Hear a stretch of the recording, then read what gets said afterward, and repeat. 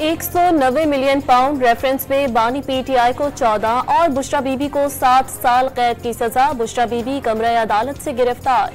बानी पीटीआई पर 10 लाख और बुशरा बीबी पर 5 लाख रुपए जुर्माना। अलकादर यूनिवर्सिटी को सरकारी तहवील में लेने और जमीनी जब्त करने का हुक्म। वकला सफाई इस्तगासा की शहादतों को झुटला नहीं सकते।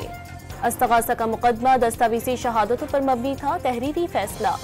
पीटीआई का हाई कोर्ट में फैसला चैलेंज करने का ऐलान। अदालती फैसले के बावजूद हुकूमत से मुज़ाकरात जारी रहेंगे। बैरिस्टर गोहर की गुफ्तगू। बानी पीटीआई और बुशरा बीबी को अलकादर यूनिवर्सिटी बनाने पर सजा मिली।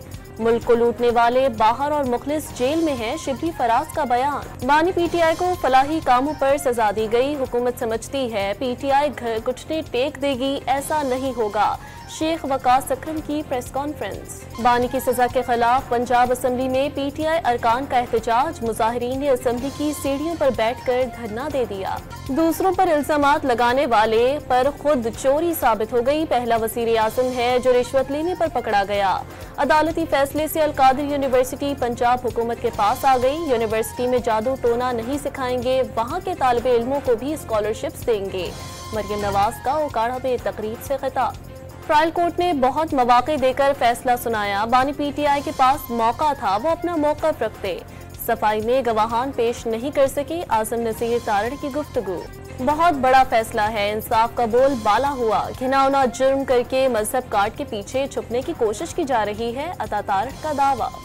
अभी 9वें केस के फैसले भी आना बाकी हैं। पीटीआई के कारकुनान को घबराना नहीं है। 190 मिलियन पाउंड रेफरेंस में कानून के तकाजे पूरे किए गए। बैरिस्टर अकील की प्रेस कॉन्फ्रेंस। महमूद चकसई का बानी पीटीआई को सजा देने के खिलाफ अवाम के पास जाने का ऐलान। अवाम की ताकत से जंग जीतने का अज़म। बानी पीटीआई की हकीकत अयां हो गई, वो कारपोरेट क्रिमिनल साबित हो गए। उन्होंने अवाम की आंखों में धूल झोंकी। उनकी हुकूमत ने मुल्क से घिनौना मजाक किया।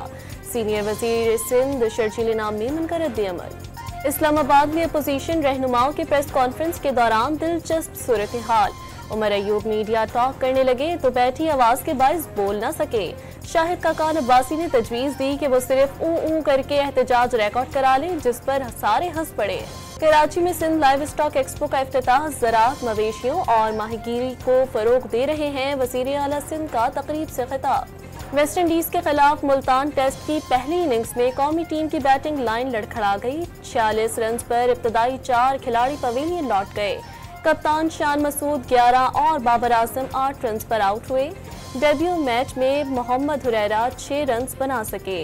कामरान गुलाम 5 रन बनाकर पवेलियन लौटे। और पाकिस्तान में तैयार किया गया पहला इलेक्ट्रो ऑप्टिकल सैटेलाइट खला में रवाना कर दिया गया।